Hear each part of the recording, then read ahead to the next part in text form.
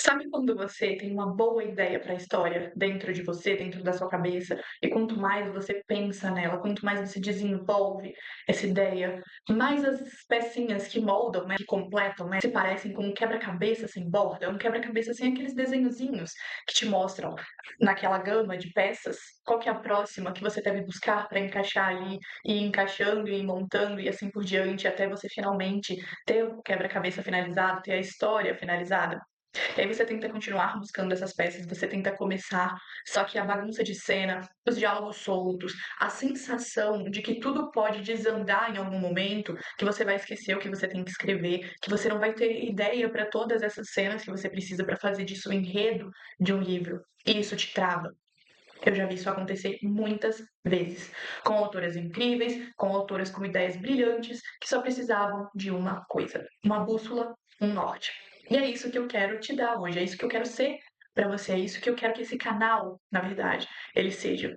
Então, se você está chegando por aqui, se é o seu primeiro contato conosco, eu sou a Ali, sou revisora, sou mentora, sou leitora crítica, e essa aula é um mergulho na estrutura em 3 atos, para a gente poder entender como que nós podemos transformar cenas confusas em clareza, cenas soltas em ritmo narrativo, e aquele personagem perdido, aquele personagem que a gente não tem muita ideia de como ele é de verdade, num personagem, num protagonista inesquecível, num protagonista que se conecta emocionalmente com a pessoa do outro lado, com o leitor.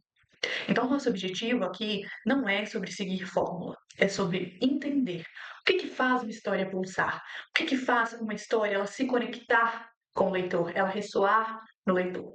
Então, respira fundo, pega seu papel, pega sua caneta, porque se você quer de verdade escrever um romance que faz o leitor sentir, do começo ao fim, todas as emoções que nós vamos proporcionar a ele, essa aula é seu ponto de partida. Dessa forma, antes de mergulharmos em exemplos práticos, é importante a gente entender que a estrutura em 3 atos ela não é só uma dica de roteiro que viralizou na internet, através do TikTok, através do Instagram. Ela é uma das bases mais estudadas na narrativa ocidental. É uma base teórica que tem raízes que vêm muito antes do cinema.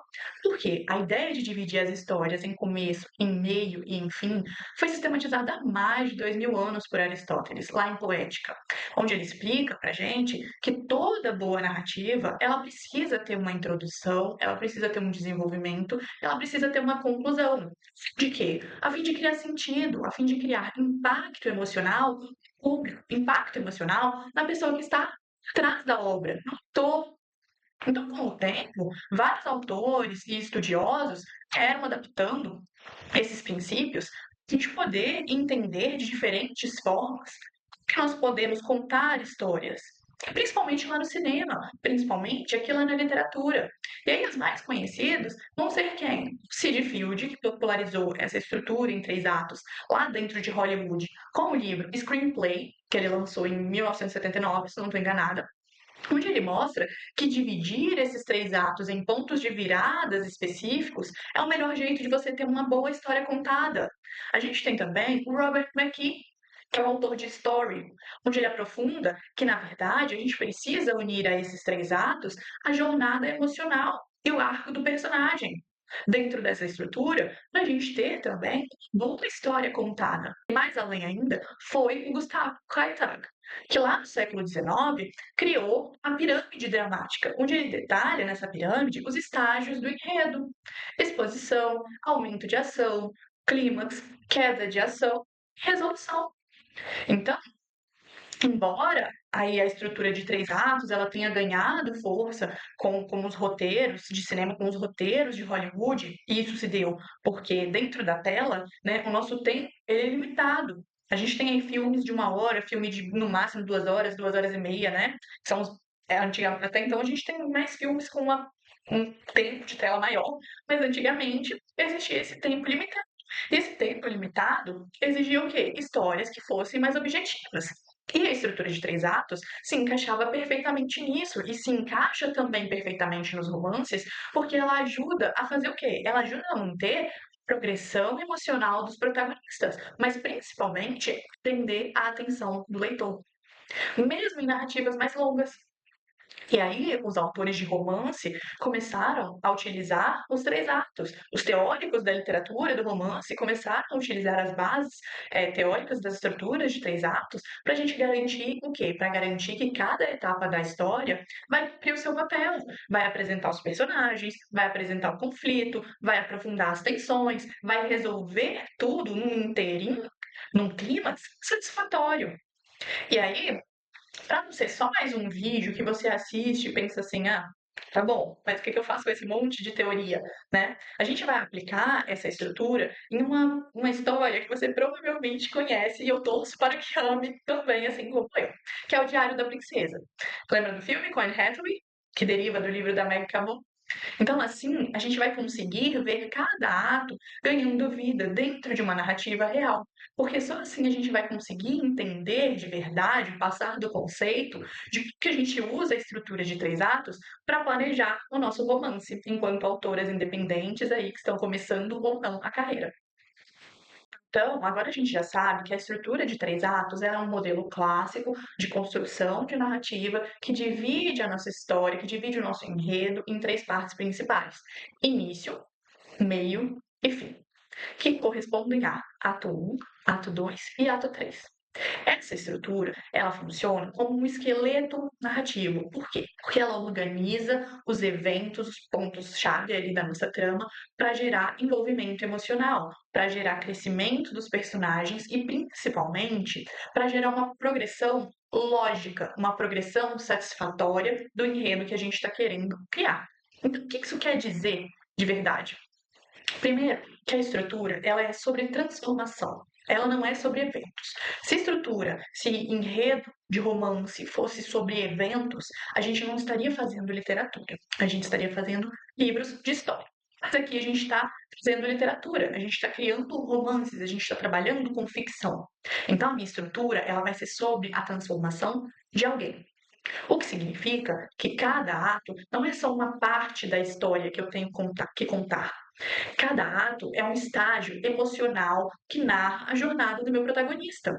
E a cada um desses atos, o meu personagem ele vai mudar, ele vai sofrer, ele vai crescer ou ele vai se quebrar, né? Por quê? Porque é isso que mantém o leitor investido. É isso que mantém o leitor no que a gente vai chamar de mesma linha temporal que o enredo, essa sensação de que ele está vendo uma transformação acontecer.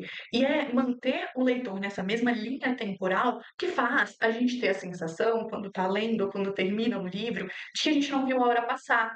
E aí você fica, ah, não, é só mais um capítulo, é só mais um capítulo, é só mais um capítulo. Quando você vê, já é 4 horas da manhã, você precisa levantar às 6 para estar no trabalho às 8. E aí você fica, caramba, eu nem vi que eu estava dentro desse mundo, eu esqueci do mundo que tem aqui fora. Por quê? Porque o livro, ele te proporcionou essa sensação de ver uma transformação acontecer, ele te puxou dentro da linha temporal dele. Então a gente vai precisar fazer 3 coisas, só você olhar nessa piramidezinha aqui ao lado do vídeo. No ato 1, a gente vai precisar entender e que o leitor entenda o que é essa pessoa antes da mudança, já que a gente está trabalhando com transformação emocional. Ato 2, a gente vai precisar que o leitor se pergunte o que essa pessoa enfrenta e o que ela aprende durante esse processo de transformação. No ato 3, a pergunta a ser respondida dentro do nosso enredo vai ser no que essa pessoa se tornou e o que isso custou para ela. O importante quando a gente olha essa piramidezinha aqui do lado é que a gente pense assim: uma boa história, ela não é sobre o que acontece.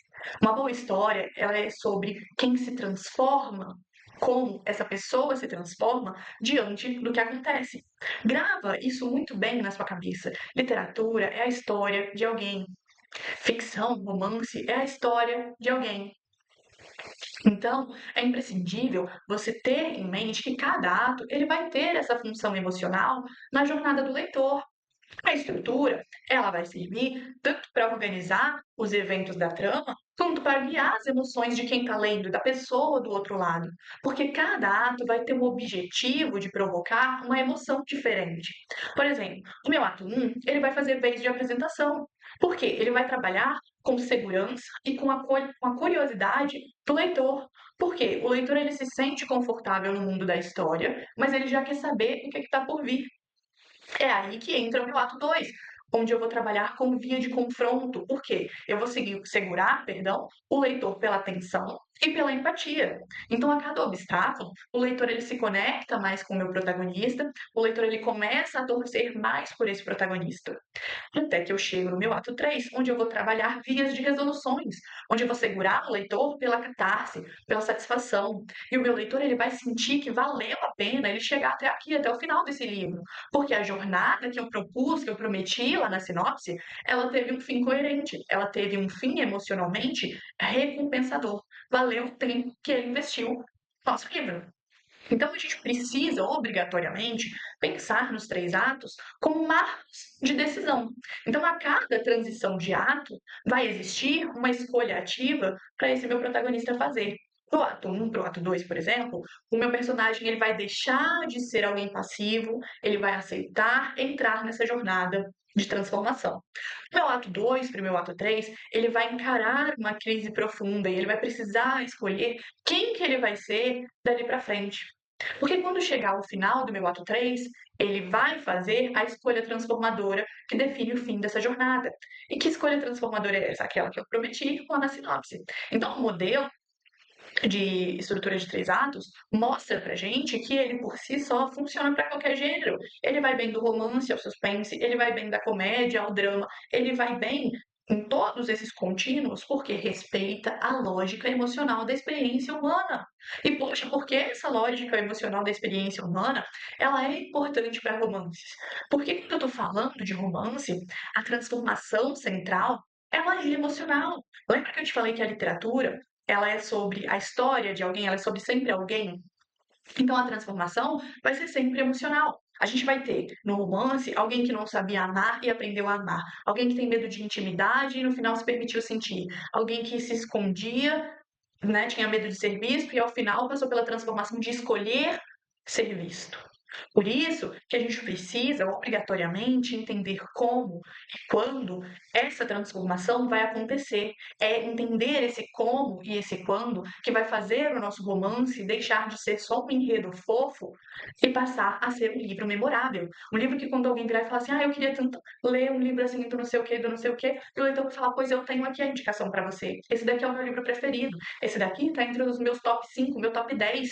É um livro que eu deixo aqui, ó, na frente da minha estante. Descobrir, obviamente, como que a gente escreve esse tal romance que vai ser memorável, é a gente passar por todas as estruturas dos atos, é a gente entender de vez e parar de ver só conceito, né? Do que são formados esses atos, para que servem esses passos dentro desses atos. Então a gente começa redundantemente pelo começo. Então vamos lá. O ato, primeiro ato, é onde tudo começa. Isso não quer dizer que a primeira fase da história ali, que a história ela precisa começar com uma ação explosiva, com grandes revelações. Pelo contrário, apesar de ser onde tudo começa, o ato 1, ele é a base emocional e ele é a base contextual da nossa história. O nosso primeiro ato vai mostrar o mundo antes da mudança, para que o leitor ele se importe com tudo isso quando as coisas começarem a mudar, quando as coisas começarem a desmoronar, se for o seu enredo, quando as coisas começarem a evoluir, se for o seu enredo. Então, para a gente escrever e estruturar um bom primeiro ato, nós vamos precisar de 5 marcadores. Tá? O primeiro marcador é o nosso marcador de setup, mais conhecido como configuração de mundo, configuração de protagonistas, que vai ser a função principal do nosso marcador de setup. Simples. Apresentar o universo narrativo, o status emocional do protagonista antes dessa jornada, dessa transformação começar. Então, nossos elementos essenciais, quando eu falo de marcador de setup, é trabalhar dentro dos capítulos iniciais o quê? Um cenário claro, né, onde a gente está, qual é o contexto cultural, qual que é o contexto social desse personagem, qual que é o contexto emocional desse personagem, esse protagonista em desequilíbrio, porque ele pode parecer bem por fora, mas por dentro ele está insatisfeito, ou ele está frustrado, ou ele está perdido, ou ele está preso a algo, né? Tudo isso vai depender do enredo que você quer criar, mas a gente precisa ter bem definido esse protagonista em algum tipo de desequilíbrio. A gente precisa também ter no marcador de setup a vida cotidiana. É importante mostrar o normal para o leitor, porque isso vai ajudar a contrastar com o que vai se transformar essa jornada, com o que vai vir pela frente. E, obviamente, a gente já precisa plantar as sementes do nosso conflito. O Anton Chekhov, ele tem uma citação muito famosa, que é utilizada não só na literatura, mas em vários ramos da administração, do marketing, do cinema, mas principalmente na literatura, é que se você tem uma arma que vai ser disparada no segundo ato, ela precisa ter aparecido no primeiro. Então a gente já precisa fazer a abertura desse setup com sementes do conflito, com pequenas pistinhas do que vai ser importante mais adiante. E aqui eu não estou falando de concretizar, eu estou falando de deixar sementes do tema, deixar sementes de antagonismo, se tiver, principalmente sementes de dilema. Porque tanto o Sid Field, quanto o Robert McKee, quanto o John Truby, por exemplo, que é um teórico famosérrimo, eles reforçam que a história ela precisa de uma fundação sólida. O ato 1, ele serve como uma ancoragem emocional para esse público, para essa pessoa que está do outro lado das páginas. Então, quando eu já trabalhei esse meu marcador de setup, eu vou trabalhar com o meu marcador de evento incitante. Ou se a gente está trabalhando numa configuração mais universo de fantasia, um marcador de chamado para aventura. Mas se a gente trabalha só com romance, a gente está trabalhando com um marcador de evento incitante, que é o quê? Alguma coisa no mundo do protagonista ali muda, alguma coisa quebra esse equilíbrio. E aí eu vou poder ter várias características a depender do meu enredo. Pode ser alguma coisa externa, por exemplo, um acidente, um acordo entre esses dois protagonistas que não se gostam, ou uma nova proposta de emprego, tudo dando errado ali, ou pode ser uma característica interna, né? Um desejo súbito, uma crise existencial. Ou eu posso trabalhar com gatilhos emocionais. O protagonista, ele não pode mais continuar vivendo da mesma forma. Por que eu preciso trabalhar com esse evento incitante? Porque eu preciso de alguma coisa que abra a pergunta dramática que impulsiona o resto da minha história. Por exemplo, se eu estou falando de O Diário da Princesa, a pergunta que o evento incitante ele traz é: vai aceitar ser princesa? Ou se eu tenho um livro de fake dating, por exemplo, e esses dois personagens eles estão sobre um acordo, a pergunta dramática que fica ali desde o começo é: meu Deus, quando que eles vão perceber que eles se gostam e que vai muito além de um acordo? Se a gente pega de novo o Diário da Princesa, o nosso evento, nosso marcador de evento incitante é o quê? É quando a Mia ela descobre que ela é herdeira de Genóvia. Então tá vendo que é alguma coisa que muda no mundo da protagonista, do protagonista, e que quebra esse equilíbrio de mundo normal, de sensação de referência que a gente estabeleceu no marcador de setup. A gente vai precisar de um momento de refusa da jornada, onde o meu protagonista ele hesita ou ele resiste, onde eu vou mostrar que a decisão de entrar no ato 2 não é simples em questão de transformação emocional. Então, é uma situação que vai poder durar algumas cenas, ou é uma situação que vai poder estar implícita. Né? O meu protagonista, como todo ser humano, ele vai hesitar porque a mudança exige dele abandonar o conforto, abandonar a ilusão de controle que seja, que a gente já estabeleceu nos marcadores de setup, que a gente já estabeleceu nos marcadores de incidente incitante. Porque esse personagem, ou ele é pressionado pela circunstância, ou por outros personagens, ou pelas próprias emoções internas. Eu preciso que isso aconteça porque esse momento vai reforçar o conflito interno, que é essencial no arco de personagem, que é mais essencial ainda para fazer o leitor ele se conectar emocionalmente com esse meu personagem, com esse meu enredo. Porque quando o primeiro ponto de virada que marca o fim do primeiro ato ele acontecer, onde o meu protagonista ele vai tomar a decisão ativamente, mesmo que de forma impulsiva, ou mesmo que de forma inconsciente, a atravessar essa porta em direção ao ato 2, e é uma travessia que não tem volta, né? Eu preciso que ele tenha passado por esse, nem que seja um mínimo momento de hesitar, mas depois tomar a decisão. Por quê? Porque o primeiro ponto de enredo, primeiro ponto de virada, como alguns teóricos também chamam, é esse momento, o personagem ele toma a decisão. Às vezes alguém vai tomar a decisão por ele, às vezes a situação vai empurrar ele em direção a essa transformação, mas é sempre é a decisão de afetar diretamente o destino desse personagem enquanto pessoa, porque é isso que gera movimento e é isso que gera expectativa no leitor. O leitor, ele sente que a história, agora sim, ela começou de verdade. Se a gente pega o Diário da Princesa, é no exato momento que a Mia ela aceita começar o treinamento dela como princesa, quando ela tá lá na embaixada, onde a avó dela mora lá e tudo mais. E ela aceita participar desse treinamento para ser princesa, ali acabou o primeiro ato. Ali ela atravessa essa porta. Mesmo contra a vontade dela, às vezes, né? Ela entra na arena. Ela dá o primeiro passo em direção à transformação emocional dela. O último marcador que eu não posso esquecer de jeito nenhum durante o planejamento aqui do meu primeiro ato é o marcador de tema e o meu marcador de semente, meu marcador de premissa. Porque durante o primeiro ato, mesmo que sutilmente, mesmo que ali mais escondidinho, a história ela precisa apresentar 3 tópicos super importantes, tá? O primeiro deles é o tema central.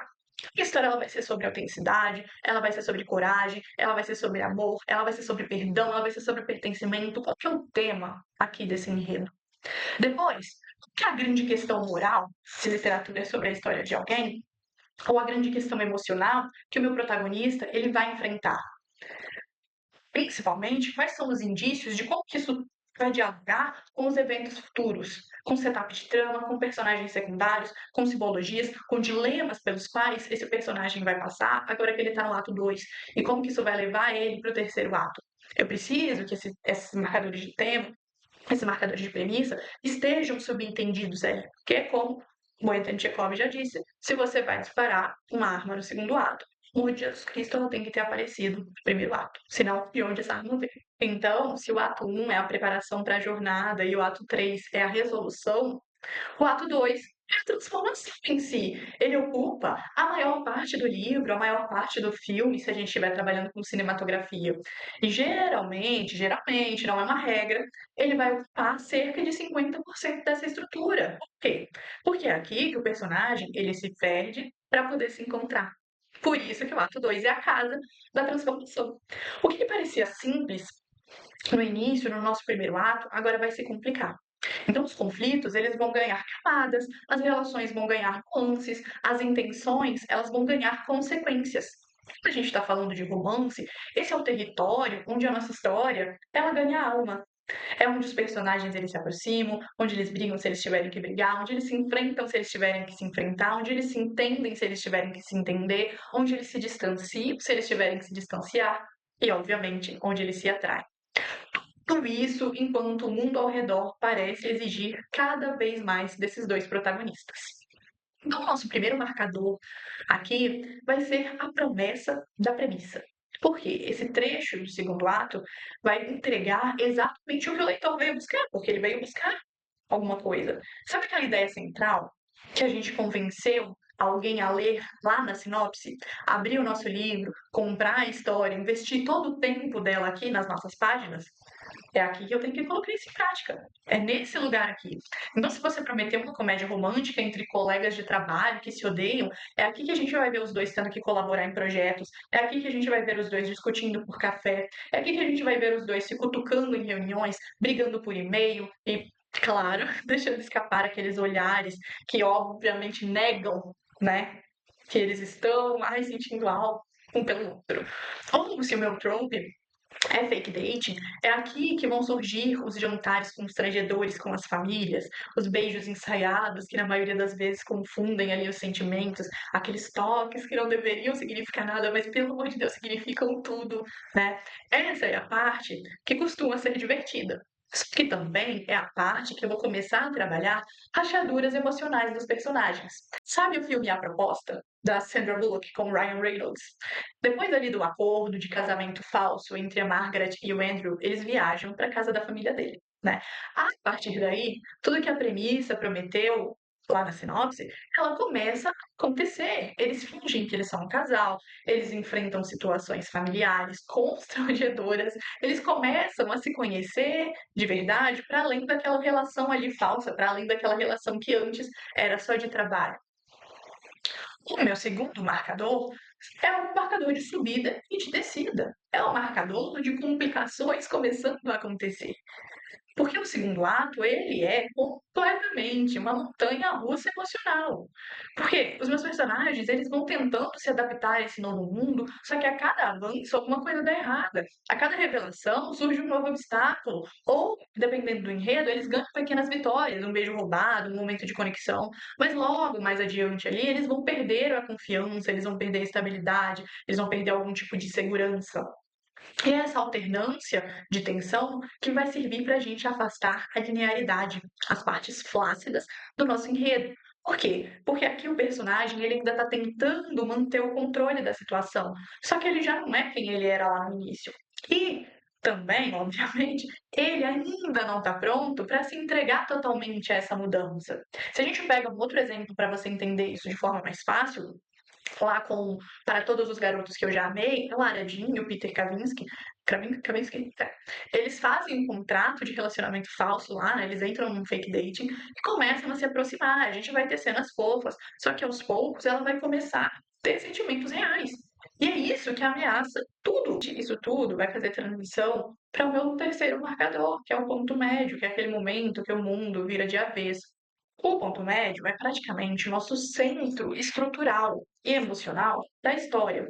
A gente pode colocar até que o ponto médio ele é o nosso divisor de águas, ele é aquele momento que alguma coisa acontece.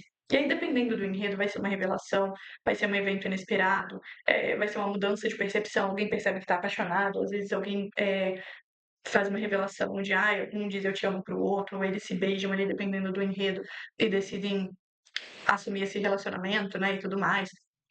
E esse momento ele vai poder ser interpretado com várias coisas. Lanço drástico, como o primeiro beijo, o primeiro hot, uma confissão de sentimento, um passo ousado ali, né? Ou vai poder ser uma queda inesperada, por exemplo, uma mentira que é descoberta, uma humilhação pública, uma traição, ou uma nova camada de enredo que vai ser revelada, porque o trauma do personagem X nunca tinha sido contado, a motivação por trás de um comportamento de evitação nunca tinha sido contada, ou a revelação de um segredo.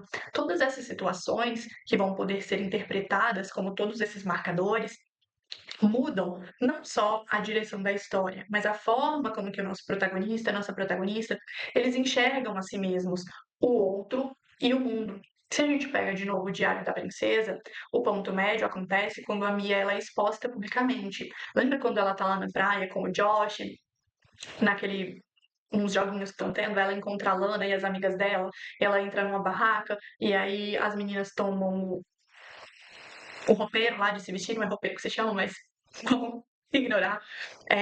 E aí ela sai correndo, entra na casinha e tudo mais, de repente o Josh entra lá e vários repórteres e tudo mais invadem a privacidade dela, ela é humilhada na praia, isso parece o fim do mundo e mostra para ela uma coisa importante. Olha, Mia, ser princesa não é só glamour, é principalmente responsabilidade, é perda de privacidade. E é a partir daí que ela começa a mudar a postura dela. Não porque ela quer, mas porque ela precisa. Isso vai estar diretamente ligado com o outro marcador. Principalmente porque depois do ponto médio, os personagens eles já não conseguem mais fingir aquilo que eles não são. Então, o que começou como um jogo ou uma negação, dependendo do enredo, agora é um terreno emocional mais profundo, é um terreno emocional mais dolorido, e essa parte do ato 2, ela é principalmente sobre consequência. Então, tudo que foi vivido até aqui começa a cobrar o seu preço. Os erros, eles têm impacto se forem cometidos. As decisões, se elas forem feitas, elas têm peso. As relações sofrem. É aqui que o leitor, ele vai ver o protagonista falhar. E não só falhar externamente, como em enredos de fantasia, mas é falhar com ele mesmo, se afastar da própria essência, se afastar dos sentimentos que ele começou a nutrir.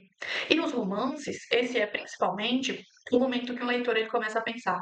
Eles não vão ficar juntos. Não tem como isso dar certo. Faltam muitas poucas páginas para isso aqui dar certo. Meu Deus do céu. Se a gente pega um acordo lá da Eric Kennedy, acredito que todo mundo conheça, já tenha lido, ou conheça alguém que já leu, é nessa fase que a Hannah, ela percebe que ela tá apaixonada pelo Garrett. Só que por causa dos traumas dela, ela não se sente pronta. Ao mesmo tempo, o Garrett, ele sente que por ele ter se envolvido, além do plano inicial, que era ela tutorar ele, eles terem esse acordo ali dele ajudar ela com o Justin, ele também se sente perdido, porque limites foram cruzados. E aí acontecem situações em que os dois se machucam, os dois se afastam, e o leitor ele sente de verdade o drama real da situação. Porque a gente chega naquele momento em que o leitor ele meio que subentende que tudo está perdido. Por que a gente precisa passar por isso? Porque toda a história vai precisar do seu momento de queda mais profundo, seu momento de noite mais escura, no final do segundo ato. Porque os personagens, eles vão chegar a um ponto que parece que não tem mais volta. Por que eu preciso disso? Para preparar o meu enredo, para preparar o meu leitor para o clímax da história. Então, o meu personagem, ele precisa ter as consequências reais para esses atos dele, acreditar que, mesmo que por pouco tempo, ele não é capaz de seguir em frente e ele precisa perder algo. Ou ele vai perder uma relação, ou ele vai perder uma chance, ou ele vai perder a confiança nele mesmo, ou ele vai perder o apoio de alguém importante.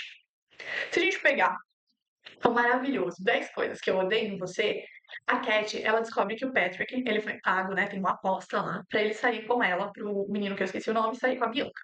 Então toda a conexão que ela construiu com o Patrick até aquele momento, ela desmorona, porque ela se fecha completamente. Parece, pra ela, que o relacionamento foi só uma mentira. E que, bom, a melhor coisa que ela pode fazer é nunca mais confiar em alguém. Esse momento dói, mas é o que vai abrir caminho ali no enredo de As 10 Coisas que Eu Odeio em Você pro ato 3. É o que vai abrir caminho para a virada emocional definitiva desse personagem e a reconstrução. O ato 1 ele apresenta e o ato 2 ele complica toda essa jornada de transformação, o ato 3 resolve isso finalmente. É aqui que a nossa história vai encontrar sua conclusão, não só do ponto de vista narrativo, mas do ponto de vista emocional. Então, o romance, o ato 3, ele é onde o leitor ele precisa sentir catarse emocional. O que isso significa? Pelo amor de Deus, não fale difícil, Ari. Significa que o leitor ele tem que acreditar, ele tem que sentir que valeu a pena sofrer como esses personagens, que valeu a pena torcer por esses personagens, que valeu a pena chorar como esses personagens. E que a recompensa ali ao final do livro, ela foi justa ao que ela se propôs. E o ato 3 ele é geralmente o mais curto, né? Ele vai compreender aí uns 20, 25% da obra. Mas ele é muito intenso, apesar do tamanho dele, né? E a força dele vai vir só de 3 marcadores. O primeiro marcador é o clímax, é aquele momento em que tudo explode para daqui a pouco se reorganizar. Então, o clímax, ele é o ponto de maior tensão emocional e maior ponto de tensão narrativa dentro do meu enredo. Ele é o confronto definitivo, que vai poder ser entre personagens, ou com o mundo externo, ou com o personagem para com ele mesmo. Então, em um romance, esse é o momento em que ou o personagem se declara, ou ele escolhe não se declarar e largar esse amor pra lá, ou dependendo do tamanho, do modo do enredo ali, um segredo é revelado e confrontado, ou a relação entre os protagonistas ela é testada até o limite, ou o trope que guiou toda essa história, ele é finalmente questionado e validado. Se novamente a gente pega o Diário da Princesa, a Mia ela decide comparecer ao baile, mesmo após tudo ter desmoronado, mesmo após ela ter pensado em fugir, ela não querer mais ser princesa, porque ela lê lá aquela carta que o pai dela deixou para ela. Ela enfrenta esses medos dela e, de forma simbólica, ela escolhe ser princesa por ela mesma, não pela obrigação de ter que ser porque ela é herdeira. E esse momento é que é o clímax emocional da jornada de amadurecimento, da jornada de transformação dessa personagem. Então, no clímax, o meu protagonista ele sempre toma uma decisão transformadora, que só seria possível depois de tudo isso que ele viveu nos 2 primeiros atos. Porque é essa decisão que revela para o leitor, que revela para o enredo, o quanto que esse personagem cresceu. O segundo marcador que eu vou precisar trabalhar é o marcador de insight, o marcador que trabalha ali o fechamento do verdadeiro arco emocional do meu enredo. Por quê? Logo após o clímax, a gente tem essa minutagem, esse momento de clareza dos personagens, que é quando o personagem e o leitor eles vão entender realmente o tema da história. Então não é só sobre fingir um namoro com um cara chato do meu trabalho, não é só herdar o trono de um país, é sobre se sentir digno de amor se eu tô falando de fake dating, é sobre coragem se eu estiver falando de herdeiro de trono, é sobre eu me libertar de algo interno enquanto personagem. E é esse momento que o meu protagonista ele vai reinterpretar tudo que ele viveu, ele vai reassumir quem ele é, ou melhor, quem ele se tornou, né? E ele vai ver que ele está pronto para amar de uma forma que é consciente, de uma forma que é madura, de uma forma que é vulnerável. Se a gente pega de novo as 10 coisas que eu odeio em você que a gente acabou de falar, esse momento é aquele que a Cat, ela lê o famoso poema para a turma, porque ali ela se expõe não como uma menina difícil, mas como uma jovem quebrada, como uma jovem apaixonada, como uma jovem de verdade se sente. É esse momento de insight, tá vendo, de clareza, que reconfigura a jornada da Cat, que recoloca ela no lugar certo, em direção a essa transformação. Um exemplo melhor ainda em Orgulho e Preconceito, esse momento de clareza, esse momento de insight, ele acontece quando a Elizabeth ela percebe, perdão, o quanto ela julgou mal o Sr. Darcy e o quanto ele também precisou mudar. Ou seja, ambos ali precisaram crescer para além dos seus orgulhos, para além dos seus preconceitos, para que o amor entre eles fosse possível. Porque só assim eu vou conseguir chegar até o meu terceiro marcador, de resolução. O meu final, ele finalmente se transforma. A história entrega o que o leitor esperava emocionalmente. A história entrega aquilo que ela se propôs na sinopse, aquilo que ela se propôs no primeiro ato, mesmo que, na maioria das vezes, não seja exatamente como o leitor pensou. A gente também é livre para quebrar esses paradigmas. Então, para o romance, a resolução, ela não precisa ser 100% sempre final feliz, tá? O interessante é que ela seja satisfatória. Então, ela precisa fazer sentido com tudo que foi construído emocional e estruturalmente. Então, o que ela vai fazer? Ela vai amarrar as pontas soltas, ela vai mostrar os efeitos das jornadas de transformação dos personagens, ela vai dar ao leitor um último momento de conexão, às vezes através do epílogo, a gente tem um beijo, a gente tem uma dança, a gente tem uma carta, a gente tem um plano para o futuro, a gente tem uma cena daqui 5 anos e tudo mais. Tem o Diário da Princesa, a Mia faz lá o discurso dela no baile, ela dança com o Michael, irmão da Lily, ela embarca para Genóvia logo depois disso. Embarca como? Não como a garota assustada do começo do filme, do começo do livro, mas como alguém que escolheu o que é que quer ser.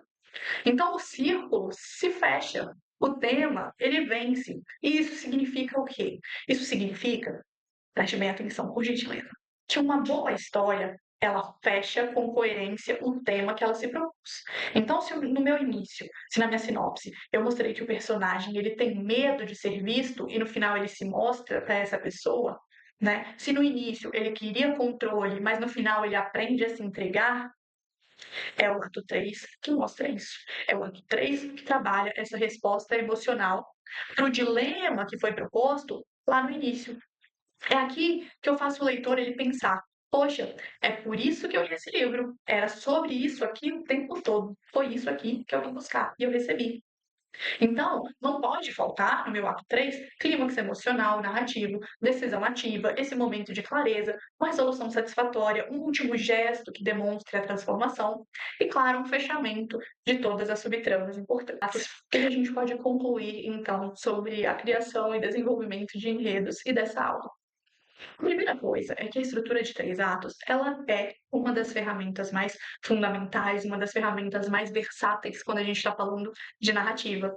E quando a gente compreende essa estrutura, eu como escritora, você como escritor, você não só organiza a história com mais clareza, mas você potencializa o impacto emocional de cada momento vivido pelo personagem. Porque a gente entende que no ato 1 a gente faz a apresentação de mundo, a gente faz a apresentação dos personagens, a gente faz a apresentação do conflito central, a gente cria um ponto de não retorno que vai empurrar esse personagem, esse protagonista, em direção à transformação, toda essa jornada de transformação, né? No ato 2, a gente mergulha nesse confronto, a gente mergulha nessa jornada, nos conflitos internos, nos conflitos externos, nos testes, nos aprendizados pelos quais esses protagonistas eles precisam passar.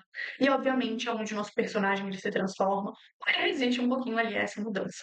A gente também entendeu que no ato 3, a gente resolve os conflitos, a gente enfrenta o clímax e a gente estabelece um novo status, onde a gente revela quem é que o protagonista se tornou.